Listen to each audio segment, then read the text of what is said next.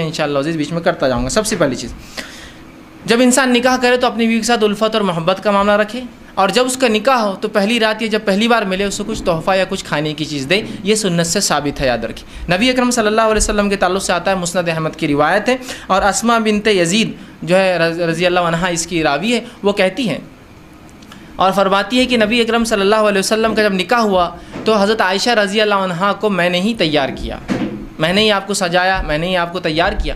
جب میں نے آپ کو تیار کیا اور اس کے بعد یہ کہلوا بھیجا نبی اکرم صلی اللہ علیہ وسلم کو کہ عائشہ تیار ہے، نبی اکرم صلی اللہ علیہ وسلم ان کے پاس آئے، آپ کو ایک دودھ کا پیالہ دیا گیا، رسول اکرم صلی اللہ علیہ وسلم نے اس دودھ کے پیالے سے دودھ پیا اور پھر اس پیالے کو عائشہ کی طرف بڑھا دیا رضی اللہ عنہا۔ عائشہ نے وہ فرماتی ہے کہ تھوڑا ان کو شرم آئی، جھجک محسوس ہوئی، تو آپ نے انکار کر دیا۔ اسماء کہتی ہے کہ میں نے غصہ کیا اور انہیں ڈانٹا اور کہا رسول اللہ دے رہے ہیں نا، پھر تم کیوں نہیں لے رہی ہو؟ تو انہوں نے اس کو لیا اور تھوڑا سا پی لیا۔ اس کے بعد رسول اکرم صلی اللہ علیہ وسلم نے فرمایا تم لوگ بھی پیو، اور بھی عورتیں بیٹھی تھیں، چونکہ عائشہ رضی اللہ عورتوں میں تھی اور ظاہر سی بات ہے وہ عورتیں پردے میں تھی، تو کہا تم عورتیں بھی پیو، ٹھیک ہے۔ تو انہوں نے کہا اللہ کے رسول صلی اللہ علیہ وسلم آپ پہلے پی لے، زیادہ بہتر ہوگا۔ پھر رسول اللہ نے دوسری بار پھر پیا، اس کو پی کر جو آپ نے پھر عورت جو اسماء رضی اللہ عنہا کو دیا۔ وہ کہتی ہے کہ میں نے وہ گلاس لیا اور اس کو میں پلٹانے لگی، گھمانے لگی، تاکہ میں بھی وہیں ہونٹ لگاؤں جہاں رسول اکرم صلی اللہ علیہ وسلم نے ہونٹ لگایا تھا۔ اس سے پتہ چلا کہ صحابہ کے ساتھ ساتھ صحابیات بھی کتنا محبت رسول اکرم صلی اللہ علیہ وسلم سے کرتی تھی۔ یہ محبت کا تقاضا ہے، جس سے آپ محبت کرتے ہیں اس کی ہر چیز کو آپ پسند کریں، جہاں سے آپ نے پیا وہاں سے پینا پسند۔ تو وہ کہتی ہے میں خاموشی سے لوگ نہ دیکھے گھما رہی تھی تاکہ وہاں سے پیوں جہاں سے رسول اکرم صلی اللہ علیہ وسلم نے پیا۔ اس کے بعد جب میں پی چکی تو رسول اللہ نے دوسری عورتوں سے کہا تم بھی پی لو۔ عورتوں نے شرما کر کہا کہ اللہ کے رسول نہیں تعالیٰ، آپ نے کہا کہ دیکھو دو چیزیں ایک ساتھ نہیں ہو سکتی، بھوک اور جھوٹ۔ پی لو، مطلب کیوں شرما رہی ہو؟ پی لو، تم کو بھوک ہے میں جانتا ہوں، لیکن تم جھوٹ بول رہی ہو تکلف میں کہ نہیں ہم نے پی لیا۔ کہا پی لو، اور پھر نو عورتوں نے بھی پی لیا۔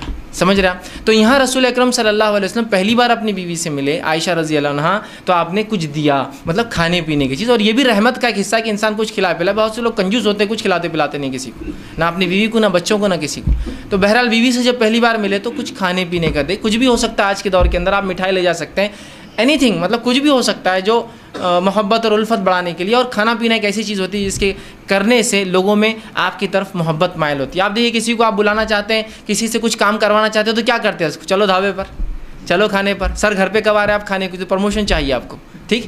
تو بہرحال کھانا ایک وہ ہے۔ تو یہاں شریعت نے کہا بیوی سے بھی الفت محبت کرو۔ تو پہلی بار جب آپ بیوی سے ملے تو چونکہ ہم بستری شروع ہوتی ہے اسی عمل کے بعد، اس لیے میں اس کو بھی رکھ رہا ہوں، تو کھلائے پلائے، کچھ دے، اور یہ کچھ بھی ہو سکتا ہے، آپ کے علاقے، سماج، ماحول کے اعتبار سے چیزیں XYZ بدل سکتی ہیں، ٹھیک ہے، بہرحال تو کچھ نہ کچھ کرے۔ دوسری چیز، جب بیوی سے پہلی بار خلوت مطلب علیحدگی میں جہاں کوئی آپ کو نہ دیکھ رہا ہو، جب خلوت میں ملاقات ہو، تو آپ صلی اللہ علیہ وسلم نے فرمایا کہ جب خلوت میں بیوی سے پہلی بار ملے، اور یہ عمل ایک بار کے لیے ہے صرف، جو اب میں عمل بیان کر رہا ہوں، تو آپ نے فرمایا کہ جب ملے تو اس بسم اللہ کہے، اللہ کا نام لے، اور بیوی کا جو سر کا سامنے کا حصہ ہوتا ہے بالوں کا، ٹھیک، اس کو اپنے سیدھے ہاتھ سے پکڑے، ٹھیک، سیدھے ہاتھ سے پکڑے، سامنے کا سر کا جو بالوں کا حصہ ہوتا ہے ان بالوں کو سیدھے ہاتھ سے پکڑے، ٹھیک ہے، لیکن تکلیف دینی، مطلب پکڑنا، آپ ظاہر سی بات اگر جمے ہیں تو ہاتھ رکھیں، کھلے ہیں تو پکڑنا اچھی بات ہے۔ آپ نے حدیث میں آتا آپ نے پکڑا اس کو، ٹھیک، یہ آپ کھول بھی سکتے ہیں، اس میں کیا مسئلہ، بہرحال تو اس کو پکڑے، اور پکڑنے کے بعد اللہ کا نام لے اور ایک دعا کرے، جو کہ نبی اکرم صلی اللہ علیہ وسلم نے اس دعا جو ابو داؤد اور ابن ماجہ کی روایت ہے، یہ دعا کرے، اور یہ دعا صرف ایک بار کرنا ہے آپ کو جب آپ خلوت میں پہلی بار اپنی بیوی سے ملیں گے، ہم بستری سے پہلے یاد رکھیں، اور یہ دعا کرے اللہم انی اسألک من خیرہا وخیر ما جبلتہا علیہ، اے اللہ میں تجھ سے اس کے خیر کا سوال کرتا ہوں، اور جس خیر پر تو نے اسے پیدا کیا اس خیر کا سوال کرتا ہوں۔ اور پھر فرمایا علیہ واعوذ بک من شرہا وشر ما جبلتہا علیہ، اور میں پناہ مانگتا ہوں تجھ سے اس کے شر سے، اور میں پناہ مانگتا ہوں تجھ سے اس کے شر سے، اور اس شر سے جس پر تو نے اس کو پیدا کیا ہے۔ اور یہ دعا نئی سواری خریدنے کی بھی ہے، یہ دعا نیا غلام خریدنے کی بھی ہے، اور یہ دعا نکاح کے بعد بیوی سے پہلی بار ملنے کے لیے بھی ہے، تینوں کے لیے۔ اگر آپ سواری خریدے تو رسول اللہ صلی اللہ علیہ وسلم اگر اونٹ خریدتے تو اس کے کوہان کو پکڑ کر یہ دعا کرتے، نکاح آپ نے کیا تو سر پر ہاتھ رکھ کر کیا، ٹھیک ہے۔ تو بہرحال یہ ایک بار دعا کرنا ہے آپ کو۔ دیکھیے دعا کتنی دیکھیے اہم اور کتنی اچھی ہے کہ اللہ میں سوال کرتا ہوں تجھ سے اس کی خیر کا، اس خیر کا جس پہ تو نے اسے پیدا کیا ہے، اور اس خیر کا جسے پیدا کیا، اور تجھ سے پناہ مانگتا ہوں اس کے شر سے، اور جس شر پہ تو نے اس کو پیدا کیا ہے۔ یہ پہلی بار آپ کریں گے۔ اس کے بعد اب جب ہم بستری کا ارادہ کرتے ہیں تو اس سے پہلے آپ ایک اور دعا کریں گے. یہ دعا کامن ہے, ہر آدمی کو ہر بار ہم بستری سے پہلے یہ دعا کرنی چاہیے. یہ بہت اہم دعا ہے. لوگ پوچھتے ہیں نہیں کرے تو کیا ہوا, نہیں کرے تو کیا ہوا, نہیں بولے تو کیا ہوا, بہت سی چیزیں ہوتی ہیں.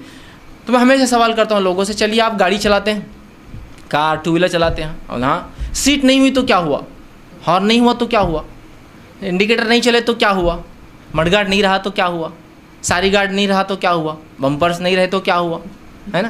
تو آپ بولتے ہیں نہیں اچھی نہیں دکھتی نا گاڑی. مطلب آپ کمپلیشن, دنیا میں ہر چیز کمپلیشن کی طرف چاہتے ہیں, مکمل کی طرف چاہتے ہیں. سنت میں کیوں نہیں چاہتے ہر چیز مکمل کی طرف جائے؟ وہاں نہیں کرے تو مطلب ہر بار نگیٹو کیوں, پازیٹیو کیوں نہیں کہ کر لوں تو کیا, ہر بار نہیں کرے تو نہیں کرے تو ویسا نہیں کرنا چاہیے. ٹھیک, تو یاد رکھیے یہ دعا پڑھے اور بہت خیر ہے اس دعا کے اندر. ٹھیک ہے, تو آپ صلی اللہ علیہ وسلم جو ہے, معاف کرنا بہرحال وہ دعا سے پہلے ایک چیز میں بھول گیا تھا, وہ یہ کہ جب انسان ہم بستری سے ارادہ کرے تو اس سے پہلے نکاح کی رات جو ہے نماز پڑھنا بھی یاد رکھیے. یہ عمل بھی جو ہے صحابہ سے ملتا ہے, ہمیں صحابہ سے ملتا ہے. ٹھیک, اس کے تعلق سے ایک روایت آتی ہے کہ میاں بھی اکٹھے نماز پڑھے. ایک جو ہے تابعین فرماتے ہیں, ابھی سعد ان کا نام تھا جو کہ غلام تھے, وہ کہتے ہیں میں نے غلامی کی حالت میں نکاح کیا اور اس کے بعد جو ہے ابو ذر غفاری رضی اللہ عنہ, ٹھیک ہے, اس کے بعد وہ کہتے ہیں کہ عبداللہ ابن مسعود اور حذیفہ بن یمان رضی اللہ عنہم کو دعوت دی. یہ صحابہ کو دعوت دی بڑے بڑے. یہ میرے پاس میری دعوت ولیمہ میں جو ہے دعوت میں نے دی نکاح کی, وہ میرے پاس آئے. جب میرے پاس آئے تو انہوں نے مجھ سے کہا کہ دیکھ جب تو اپنے بیوی سے قریب جانے کا ارادہ کر تو اللہ کا نام لے اور یہ دعا کر جو میں نے پہلے بتائی. اس کے بعد کہا کہ پھر تو اس کے ساتھ جو ہے 2 رکعت نماز پڑھ لے.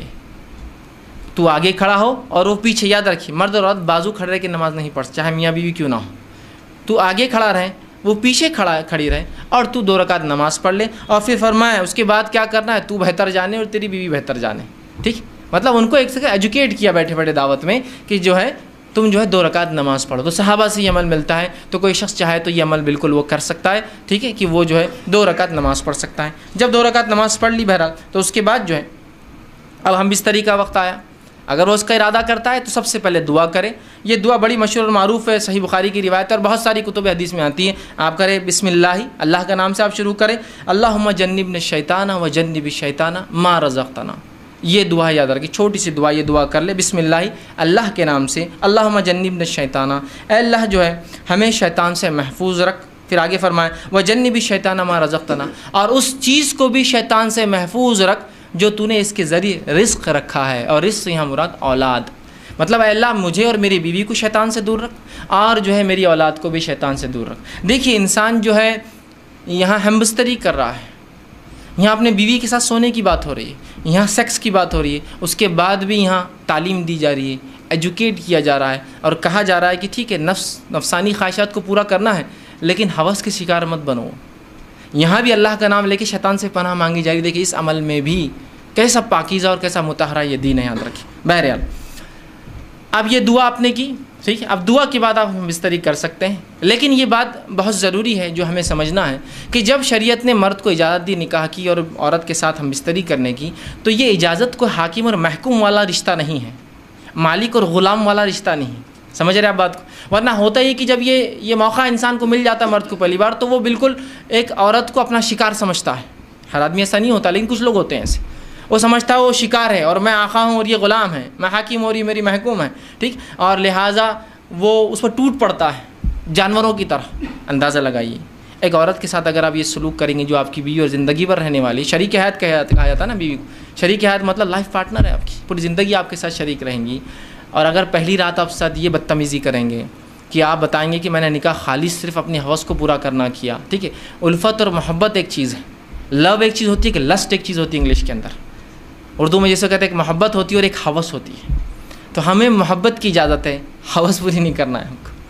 ہمیں جو لو کی اجازت ہے, ہم کو لسٹ نہیں. ٹھیک ہے, انسان ظاہر سی بات ہے وہی عمل کر رہا ہے جو لسٹ میں ہوتا ہے, لیکن اس میں محبت کے تقاضے کے ساتھ کہ یہ میرے اپوننٹ پارٹنر ہے, میری بیوی ہے, اس کے ساتھ زندگی گزارنا ہے. ٹھیک ہے, تو یہ بات بڑی ہے ہمیں سمجھنا ہمارے لیے. تو انسان جو ہے جب اپنی بیوی سے تعلقات قائم کرے تو اس کو حاکم اور محکوم اور ظالم اور مظلوم والا رشتہ نہ بنا دیں, بلکہ اس کو محبت اور الفت والا معاملہ رکھے. اور ہم بستری سے پہلے جو باتیں ہم کو رسول اکرم صلی اللہ علیہ وسلم اور صحابہ کے آثار مطلب صحابہ کے عمل سے پتہ چلتی, وہ یہ ہے کہ یہ لوگ فور پلے کرتے, ہم بستری سے پہلے کچھ بیوی سے کھیلتے. اور ایک روایت میں رسول اللہ صلی اللہ علیہ وسلم کی اس بات کا کھلا اشارہ آپ نے فرمایا, جب ایک صحابیہ کہ اللہ کے رسول میں نے ایک عورت سے نکاح کیا لیکن یہ مطلقہ ہے, مطلب اس کی شادی ہو چکی ہے اور یہ جوان تھے صحابی.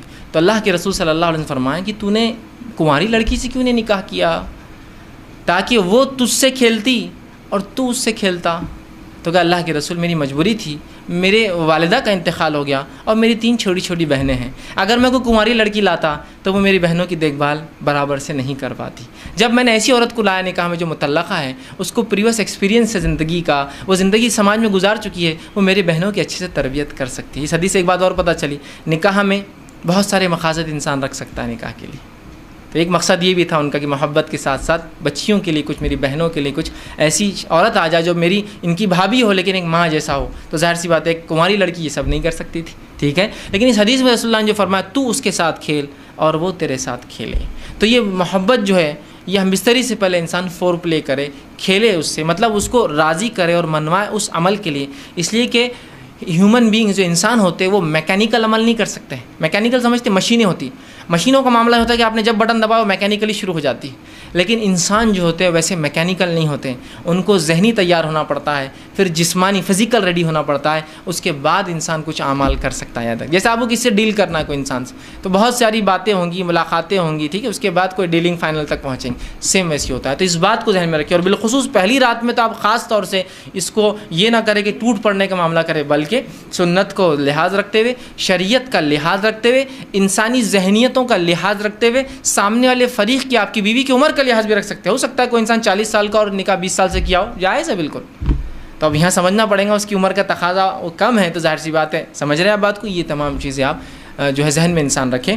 تو فور پلے جس کو ہم کہتے ہیں کہ ہم بستری سے پہلے کچھ ایسی چیزیں جس سے انسان اس عمل کی طرف راغب ہو جو عمل اس کو اب کرنا ہے, جو کہ اللہ نے اس کے اوپر جائز قرار دیا اور وہ مباح ہے اس کے لیے کرنا, حلال ہے اس کے لیے کرنا, جس سے اپنے آپ کو تسکین دے سکتا, سکون حاصل اور اطمینان حاصل کر سکتا. سمجھ رہے آپ بات کو. تو فور پلے کی بڑی اہمیت ہے. اس کے اندر مختلف چیزیں ہو سکتی ہیں, انشاءاللہ آگے آئیں گا تو اس میں کچھ نہ کچھ پوائنٹس اس کے ڈسکس کرتا جاؤں گا, ٹھیک. تو فور پلے ہوں گا اس سے پہلے کہ انسان تیار کرے اپنے فریق کو. دوسری چیز یہ کہ دونوں کا اس عمل کے لیے راضی ہونا ضروری ہے. ہم بستری کے لیے دونوں کا اس عمل کے لیے راضی ہونا ضروری, یاد رکھیے, اس لیے کہ یہ کوئی ون سائڈ معاملہ نہیں ہے. اور مرد کے راضی ہونا یہ بالکل واضح ہوتا ہے, لیکن عورت راضی ہے نہیں راضی ہے یہ واضح نہیں ہوتا ہے. مرد اس عمل کے لیے راضی ہے, وہ ظاہر ہے, اس کی جسمانی کیفیت اور اس کا جسمانی کیفیت اس کی اشارہ کر دیتی ہے کہ مرد تو راضی ہے اس عمل کے لیے, لیکن ظاہر سی بات ہے عورت کے اندر ایسی کوئی چیز نہیں ہے جس سے پتہ چل سکے کہ اس عمل کے لیے وہ راضی ہے. بات سمجھ رہے ہیں آپ میری, ٹھیک. تو ظاہر سی بات ہے دونوں کی رضامندی ضروری ہے. تو مرد راضی ہے عورت سمجھ سکتی ہے, لیکن عورت راضی ہے مرد سمجھ نہیں سکتا ہے اس کے, ظاہر سی بات ہے جسمانی اعتبار سے. تو اس کو اس معاملے میں تیار کرنا ہوگا, اس کو اس معاملے میں پوچھ سکتے ہیں آپ, اس کو اس معاملے میں اس کی بھی حامی لے سکتے ہیں آپ. اور حامی اس کا ہاں ہر بار زبان سے بولنا نہیں ہے, کچھ باتیں آپ سمجھ سکتے ہیں جس کہاں ہوتی ہیں, سمجھ رہے نا, انسان کی آنکھوں کے اشارے, جسمانی ہوا جس سے انسان سمجھ سکتا ہے کہ اس کا معنی ہاں ہے. اس معاملے میں خواتین سے میری بالخصوص درخواست یا نصیحت جو ہوگی وہ یہ ہے کہ بہت ساری عورتیں, مرد تو راضی ہے اس عمل کے لیے, پہلے دن کی بات, جب ہم عام بات کر رہے ہیں تو یہ بات یاد رکھیے, اور یہ ہمیشہ کے لیے عام اعتبار سے بھی اور اس دن کے لیے بھی خاص بھی ہے, نکاح کے رات بھی اور اس کے بعد بھی, کہ عورتیں جو ہے اپنی رضامندی کا بھی اپنے شوہر سے اظہار کرے. اگر وہ یہ نہیں کرتی تو بہت ساری طلاق کی صرف یہ وجہ بنتی, یاد رکھیے, کہ وہ کہتا ہے کہ میری بیوی میں سے کبھی راضی نہیں, آج تک اس نے ایک بار بھی مجھ سے جو ہے محبت کی بات نہیں کہی یا محبت کے لیے خود راضی نہیں ہوئی. تو عورتوں کو بھی اس معاملے میں آگے حصہ لینا پڑے گا بڑھ کر, چونکہ یہ ایک ایسی چیز ہے جس میں صرف مرد شامل نہیں ہے. اگر عورت اپنا حصہ نہیں رکھیں گی تو مرد کے لیے, میں معاف کرنا الفاظ اگر میرے سخت لگ رہے ہو تو, لیکن سمجھیے اس بات کو, مرد کے لیے صرف آپ ایک کھلونا ہو جائیں گے, اس کے علاوہ آپ کی کوئی حیثیت نہیں باقی رہیں گی. حضرت رسول اللہ کیا فرما رہے ہیں کہ تو اس کنواری سے نکاح کرتا تو وہ تجھ سے کھیلے اور تو اس سے کھیلے. دیکھیے الفاظ غور کیجیے حدیث کی, دونوں کے لیے کہا, یہ نہیں کہا کہ تو اس سے کھیلے, وہ تجھ سے کھیلے اور تو اس سے کھیلے. تو یہاں رسول اللہ صلی اللہ علیہ وسلم اشارہ کر رہے ہیں کہ اگر کنواری ہوتی تو وہ تجھ سے کھیلتی, مطلب وہ ایک پارٹ بنتی اس گیم کا, وہ اس کھیل کے اندر تیری حصے دار بنتی, شریک بنتی. تو یہ باتیں, یہ بیاہی, اب دیکھیے بہت سی بار میں سمجھتا ہوں شوہر کے ساتھ کمرے میں رہ کے بھی آپ بیاہی کا سوچیں گے, تب میں سمجھتا ہوں اب کوئی تقاضے باقی نہیں رہے. یہاں بیاہی اور حیائی کچھ نہیں ہے, اب آپ کا شوہر ہے وہ, یہ آپ کو سمجھنا پڑے گا, ٹھیک ہے. تو یہاں عورتیں اپنی رضامندی کا اظہار کریں, جو مختلف طریقوں سے وہ کر سکتی ہے, یاد رکھیے مختلف طریقوں سے کر سکتی. جب یہ عورتیں اس میں لیک کر جاتی ہیں, کمزور پڑ جاتی ہیں, تو مرد کو ایسی عورتیں پسند آ جاتی ہیں جو اس طرف اشارے کرتی ہیں اور مائل کرتی ہیں. جو بری عورتیں ہوتی ہیں، جو فحشائیں ہوتی ہیں، وہ اپنی رضامندی کا کنٹینیوس اظہار کرتے رہتی ہیں. تو جب عورتیں ہیں جن کے لیے جائز اپنے شوہر سے جو کام کرنا، تو کیوں نہیں وہ اپنے اظہار کرتی، کیوں نہیں وہ بتا رہی ہو؟ چونکہ مرد ترازی ہے، تیار ہے، اس کے جسمانی کیفیت سے پتہ چل جاتا ہے. عورت تو کیسے پتہ چلیں گے جب تک کہ آپ نہیں بتائیں گی. اور اس میں کوئی حیا اور بے حیائی کا تقاضا نہیں. یاد رکھیے یہ آپ کی محبت اور الفت ہے، اور اس کو کہیں گے محبت کی سب سے اونچائی. یاد رکھیے جو میاں اور بیوی کے بیچ میں ہوتی ہے. تو آپ بھی اپنی رضامندی کا ضرور جو اپنے شوہر سے اظہار کریں، ٹھیک ہے. ورنہ اکثر طلاقوں کی وجہ یہ بنتی ہے کہ بیوی، شوہر کا دعویٰ ہے کہ بیوی نے آج تک فلاں نہیں کیا، اور پھر وہ الزام لگاتا ہے اس کا سیکس کمزور ہے، یا اس کی قوت باہ اس میں نہیں ہے، اور فلاں نہیں ہے، اور فلاں نہیں ہے. تو وہ سب طرف کیوں جا رہے ہیں؟ شریعت نے آپ کو بتا دیا، رسول اللہ صلی اللہ علیہ وسلم کہہ رہے ہیں.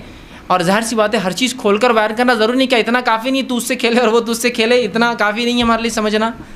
کیا اور وضاحت چاہتے ہیں آپ پوری چیز؟ کیا پورا پکچر دکھانا چاہتے ہیں؟ کیا یہ بتائے تو ہم کو سمجھ میں آئیں گے؟ نہیں، اشارہ کافی ہوتا ہے. اور مومن کے لیے تو اشارے بہت زیادہ کافی ہوتے ہیں. عقل مند کو اشارہ کافی ہوتا ہے. لوگ کہتے ہیں، میں کہتا ہر مومن عقل مند ہوتا ہے، اور اس کو اپنے نبی اور شریعت کے ہر اشارے کافی ہو جاتے ہیں، وہ سمجھ جاتا ہے باقی کیا ہے. تو عورتوں کو بھی اشارہ ہے اس حدیث کے اندر. بہرحال آگے بڑھیے.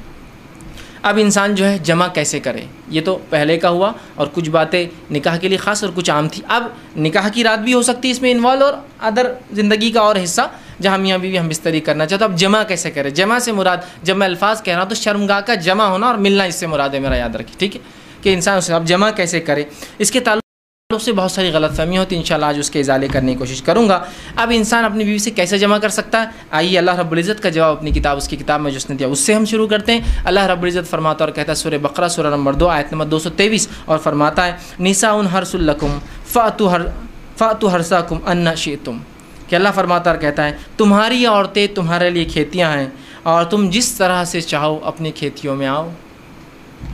تمہاری عورتیں تمہارے لیے کھیتیاں ہیں. جیسا ایک کسان اپنے کھیت میں بیج ڈالتا ہے تاکہ اس سے فصلیں نکلے، تو تمہاری بیویاں تمہاری اولادوں کی پیدا ہونے کی وجہ ہے نا، اس کے بغیر کیسا ہوں گے؟ تو تم جو ہے اللہ رب العزت فرما رہا ہے کہ تم جو ہے پھر جہاں سے چاہو وہاں سے اپنے بیویوں میں داخل ہو. ٹھیک، اب اس کے تعلق سے کیا واقعہ آتا ہے اس کے شان نزول میں رکھ دیتا ہوں، تو وہ پہلی بات بالکل انشاءاللہ جو آیت ہے وہ واضح ہو جائیں گے، کلیئر ہو جائیں گے. آئیے، جو ہے صحیح بخاری کی روایت ہے، جابر رضی اللہ عنہ فرماتے اور کہتے ہیں یہودی جو ہے یہ بات کہا کرتے تھے کہ آدمی اگر اپنے بیوی سے شرمگاہ میں اگلے حصے میں جہاں سے اولاد پیدا ہوتی ہے، ٹھیک ہے، وہاں اگر ہم بستری پیچھے سے کھڑے رہ کر کرے، پیچھے ہو کر کرے بیوی کے، سمجھ رہے آپ بات کو، کہ اپنے بیوی سے صحیح جگہ مطلب شرمگاہ کا اگلا حصہ اس میں ہم بستری کرتا ہے جہاں سے اولاد پیدا ہوتی ہے، لیکن پیچھے سے کھڑے رہ کر کرتا ہے، تو اس سے اولاد بھینگی پیدا ہوتی ہے. مطلب آنکھیں اس کی اسکوئن جس کو کہتے ہیں، مطلب آنکھ ڈھلتی ہوئی یا دونوں آنکھ ڈھلتی ہوئی ہوتی ہے نا، بھانگا جس کو عام زبان میں کہتے ہیں، ٹھیک ہے، یہ بھینگا جس کو بولتے ہیں، تو ویسا پیدا ہوتا ہے. جب یہ بات صحابہ تک پہنچی تو صحابہ نے رسول اللہ سوال کیا، اللہ کے رسول، یہودی کہتے ہیں کہ ایسا اگر کرنے سے بچہ بھینگا پیدا ہوتا ہے، اسکوئنٹ ہوتی ہے اس کی آنکھیں، ڈھلتی ہوئی ہوتی ہے، خراب ہوتی ہے، دونوں بیچ میں آ جاتی ہے. تو آپ صلی اللہ علیہ وسلم نے اس کے جواب میں اللہ رب العزت نے یہ آیت نازل کی. جب یہ آیت نازل ہوئی تو آپ نے فرمایا اور کہا آگے سے یا پیچھے سے مگر مقام پیدائش میں. آپ نے کیا کہا؟ آگے سے یا پیچھے سے لیکن مقام پیدائش میں. سمجھ رہا؟ مطلب جہاں سے اولاد پیدا ہوتی ہے وہیں انسان کر سکتا ہے، اس کے علاوہ کرنا حرام ہے. انشاءاللہ اس کی تفصیلات آگے رکھوں گا کیا حرام ہے اس معاملے میں، ٹھیک ہے. تو چاہے انسان آگے سے ہو پیچھے سے ہو لیکن مقام پیدائش میں. آئیے دوسری روایت، عبداللہ ابن عباس رضی اللہ عنہ فرماتے ہیں، یہ ابو داؤد کی روایت، آپ نے فرمایا تھوڑی طویل روایت ہے لیکن بہت ساری باتیں علم کی اس میں آ رہی ہے اس روایت کے اندر، بالخصوص اس مسئلے کے تعلق سے. وہ کہتے ہیں مدینہ میں انصار جو ہے یہودیوں کی اتباع کرتے تھے، چونکہ انصار تو مشرک تھے، ان کے پاس کوئی عقیدہ نہیں تھا، یہ تو لیکن اہل کتاب کو یہ بڑا اونچا سمجھتے چونکہ وہ کتاب کے حامل لوگ تھے، تو ہر چیز میں وہ یہودیوں کو فالو کرتے. حتیٰ کہ یہودی اپنے بیویوں کو چت لٹاتے، مطلب چہرہ اوپر اور عورت لیٹی ہے، اور اس کے بعد ہم بستری کرتے، تاکہ اس سے کیا ہوتا ہے، سطر کے لیے بھی اچھا ہے. انسان جب مرد لیٹ جاتا ہے عورت پہ تو پوری ڈھک بھی جاتی ہے، تو طہارت کے لیے بھی اچھا ہوتا ہے، اور سطر پوشی کے لیے بھی خامہ کا زیادہ سطر کھلتا نہیں ہے، اچھا ہوتا ہے. تو یہودی صرف اس پوزیشن کو، اس طریقے کو حلال مانتے تھے. چونکہ انصار رسول اللہ صلی اللہ علیہ وسلم کے آنے سے پہلے، اسلام سے پہلے ان کو دیکھتے تھے، ان کو فالو کرتے تھے، اس معاملے میں بھی یہودیوں کو فالو کرتے تھے کہ نہیں یہودی بول رہے تھے اہل کتاب ہے، ان کے پاس ایک دین دھرم تھا جو اللہ کی طرف سے آیا، تو لہٰذا ان کو فالو کرنا چاہیے، تو اس معاملے میں ان کی بھی اتباع کرتے تھے. عبداللہ ابن عباس رضی اللہ عنہ فرماتے لیکن ہم جو ہے جو مہاجر تھے، ہم مکے والے لوگ، مکے کے جو لوگ تھے وہ مختلف قسم سے اپنے بیویوں سے تعلقات قائم کرتے، آگے سے پیچھے سے لٹا کر، ہاتھوں پہ ان کو کھڑے کر کے مختلف چیزوں سے، اور جنس کی جو ہے ہم بستری کی لذتیں اٹھایا کرتے تھے۔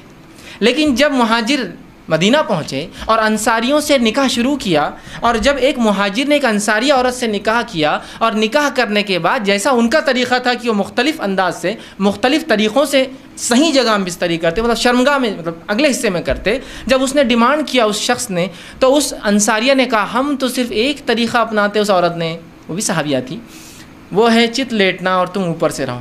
اس نے کہا ایسا کیوں؟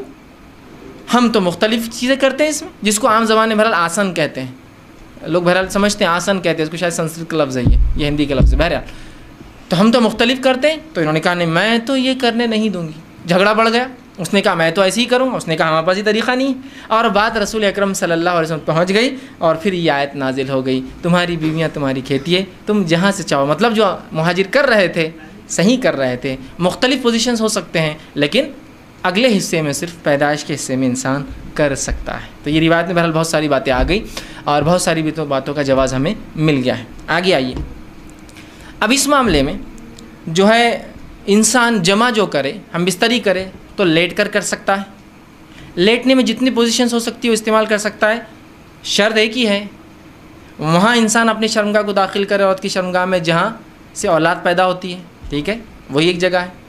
دوسرا بیٹھ کر سکتا ہے، جتنی پوزیشنز ہو سکتی ہے اس کے لیے، شریعت نے اس سے کوئی ممانعت کا اظہار نہیں کیا، لیکن سب سے بہترین پوزیشن اولاد کی پیدائش میں اور اس میں سازگار ہونے میں وہی ہے جو عورت کو لٹا کر کرے، اس لیے کہ اس میں سیدھا مرد کی شرمگاہ اوپر سے ہوتی ہے اور اولاد کی پیدائش کے چانسز زیادہ ہوتے ہیں اس معاملے میں، بہرحال ٹھیک۔